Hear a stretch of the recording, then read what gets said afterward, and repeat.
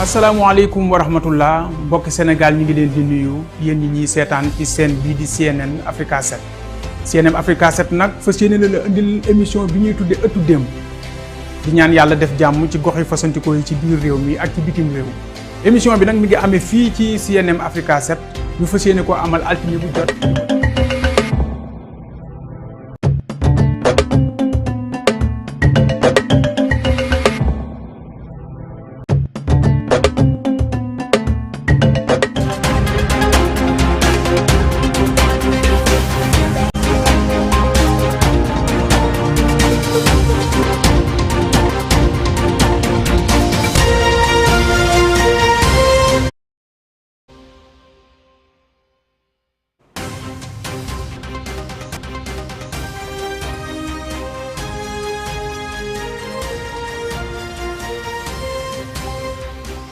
Bonjour et bienvenue dans ce bulletin d'information de 12 heures. Le président de la République, Bassirou Diomaye Diakhar Faye, se rend aujourd'hui et demain dans les départements de Bakel et Kédougou, durement touchés par les récentes inondations.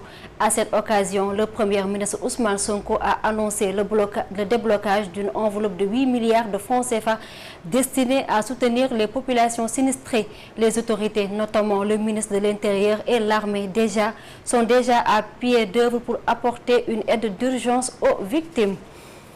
Les 41 listes de partis, coalitions et entités indépendantes en lice pour les élections législatives anticipées du 17 novembre prochain vont bénéficier chacune de 3 minutes de temps d'antenne à la radio-télévision sénégalaise dans le journal de la campagne électorale qui démarre le dimanche 27 octobre prochain. Ce temps d'antenne a été fixé ce jeudi lors d'une rencontre entre le Conseil national de régulation de l'audiovisuel CNRA et les représentants des partis et coalitions. Lutte contre le terrorisme pour éradiquer la grande criminalité dont le terrorisme et le banditisme transnational, mais aussi pour la surveillance des frontières du Sénégal. La gendarmerie nationale a signé une convention avec l'Union européenne militaire. Le haut commandant, le général de division Martin Faye, haut commandant de la gendarmerie nationale et directeur de la justice militaire, a co-présidé avec M.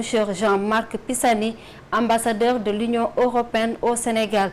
Ce jeudi 17 octobre 2024 à l'hôtel Azalaï, la signature de la convention et la présentation du comité de pilotage du projet de création du groupe d'action rapide de surveillance et d'intervention numéro 2 communément appelé GARCE 2. Il s'agit d'un projet d'envergure qui permettra de disposer à Saraya, dans la région de Kédougou, d'une unité d'intervention robuste et spécialisée dans le cadre de la lutte contre la grande criminalité telle que le terrorisme et le banditisme transnational, mais aussi pour la surveillance des frontières. La scène politique sénégalaise en évolution. En un mois des législatives, les leaders coalition envahissent le terrain de la communication. Macky Sall, Ousmane Sonko, Bougane Gueye Dany et Amadou Ba engagent par presse interposée la bataille de la communication politique. Au menu, les chiffres, la gouvernance du duo Sonko-Diomaye, entre autres sujets abordés. Écoutons ce récit signé Codé Ndiaye. Quelques jours à un mois des élections législatives, les têtes de file mènent une farouche guerre de communication. Depuis quelque temps, tous les canaux sont bons pour faire passer son message. Live, rencontre avec les militants ou conférence de presse. Après Macky Sall, Ousmane Sonko et Bougane Gueye Dany, c'est au tour de Amadou Ba d'investir le terrain politique. Le président Macky Sall a fait une sortie pour fustiger les propos de Ousmane Sonko sur les chiffres économiques. La réponse de Ousmane Sonko ne s'est pas fait attendre. Le leader de PASTEF a enfoncé le clou en affirmant que la situation est beaucoup plus grave qu'on ne le pense. Juste après son live, Bougane Gueye Dany, leader de Gëm Sa Bopp Les Jambar aussi, apporte la réplique à Ousmane Sonko. Pour lui, Ousmane Sonko n'a pas tout dit sur sa rencontre avec le Fonds monétaire international. Bougane Gueye Dany se dit favorable à l'installation de la Haute Cour de justice, mais il évoque le dossier ONAS qui implique Cheikh Tidiane Dièye et Cheikh Dieng. Après les sorties de Macky Sall, Ousmane Sonko et Bougane Gueye Dany, c'est au tour de Amadou Ba de tirer à boulet rouge sur le duo Sonko et Diomaye. Pour l'ancien Premier ministre, le duo Ousmane Sonko-Diomaye Faye n'a pas encore fait 6 mois à la tête du pays et ils ont été élus pour 5 ans, mais il affirme qu'aucun Sénégalais n'est aujourd'hui content de ce régime. Amadou Ba tire ainsi sur le régime du président Bassirou Diomaye Diakhar Faye. La course au suffrage s'annonce donc rude entre les coalitions à un mois du scrutin du 17 novembre prochain. Fortement touchées par les inondations, les populations du Dandemayo vivent dans le désarroi depuis quelques semaines. Les lâchers d'eau au barrage de Manantali ont accentué cette situation. Les populations appellent l'État du Sénégal à la rescousse. Suivant Yero Guissé, joint au téléphone. C'est une situation inédite dans le Dandemayo, disons, dans le Dandemayo et dans le Fouta en général, de Saint-Louis à Bakel. Ce qui a amené ça, plus principalement, c'est d'abord la saison des pluies. Nous sommes en saison des pluies. Ensuite, il y a aussi le barrage de Diamant qui a ouvert ses vannes. Donc, ces lâchers d'eau ont fait beaucoup de dégâts dans le Dandemayo, notamment aussi dans le département de Bakel et une partie de la région de Tamba. Voilà, c'est en fait la combinaison de tout ça qui a donné ces inondations dans le Dandemayo. Bon, il y a eu des inondations, il y a eu des maisons qui sont totalement inondées.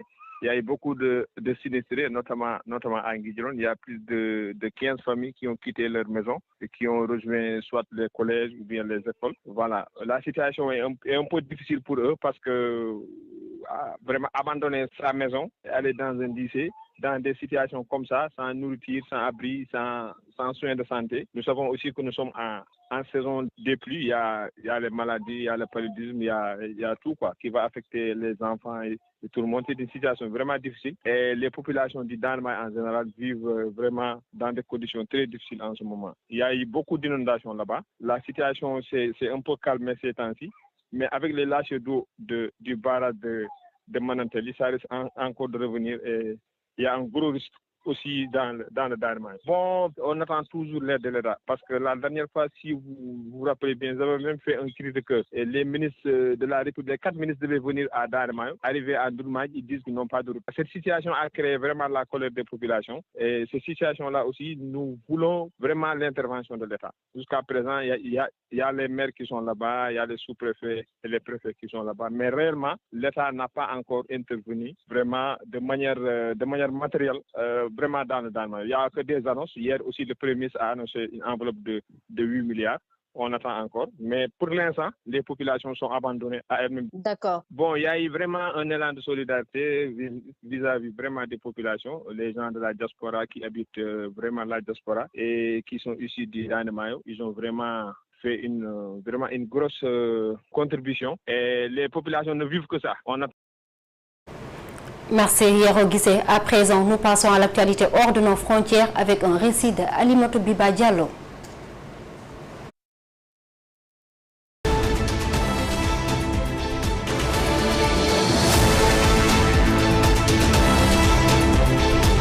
Bienvenue sur l'international au Kenya. C'est tard dans la nuit que les sénateurs ont reconnu Rigathi Gachagua coupable de 5 charges sur les 11 qui étaient retenues contre lui, provoquant sa destitution. Rigathi Gachagua, 59 ans, notamment accusé de corruption et abus de pouvoir, devient le premier vice-président écarté du pouvoir dans le cadre d'une telle procédure prévue par la Constitution de 2010. Ce processus historique soulève des incertitudes au Kenya, considéré comme une démocratie stable dans une région instable. Et puis Israël a annoncé jeudi 17 octobre que le chef du Hamas, Yahya Sinwar, considéré comme le cerveau derrière le 7 octobre, avait été tué lors d'une opération à Rafah, dans le sud de la bande de Gaza. Le premier ministre Benjamin Netanyahu assurant que cette mort marquait le début de la fin de la guerre à Gaza, sans confirmer la mort de son chef. Yahya Sinwar, un responsable du Hamas, a affirmé que le mouvement islamique palestinien ne pouvait pas être éliminé.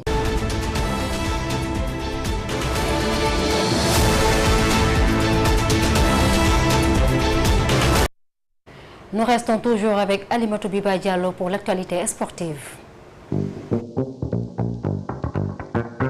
Revenons en sport, les Lions du beach soccer sont à Hurghada, Égypte, où démarre ce 19 octobre la 12e édition de la Coupe d'Afrique des Nations de beach soccer. Les Lions ont effectué leur première séance d'entraînement hier. Pour rappel, le Sénégal loge dans le groupe B et jouera son premier match le 20 octobre à 12h face à la Mauritanie. Et puis football avec la nomination du Portugais Hugo Viana en tant que directeur sportif, son compatriote Ruben Amorim est pressenti pour devenir le successeur de Guardiola. Amorim est actuellement l'entraîneur principal du Sporting CP où évolue le Diable Rouge Zeno Dibas. Ce dernier a quitté Anderlecht l'été dernier pour rejoindre le club lisboète. Le coach espagnol estime qu'il est temps de clore le chapitre avec The Citizen, même si les médias britanniques ne sont pas totalement convaincus de son départ. La page Sport met fin à cette édition. Merci de nous avoir suivis. L'actualité revient à 19h. D'ici là, excellente journée. Excellente fin de journée en compagnie de nos programmes.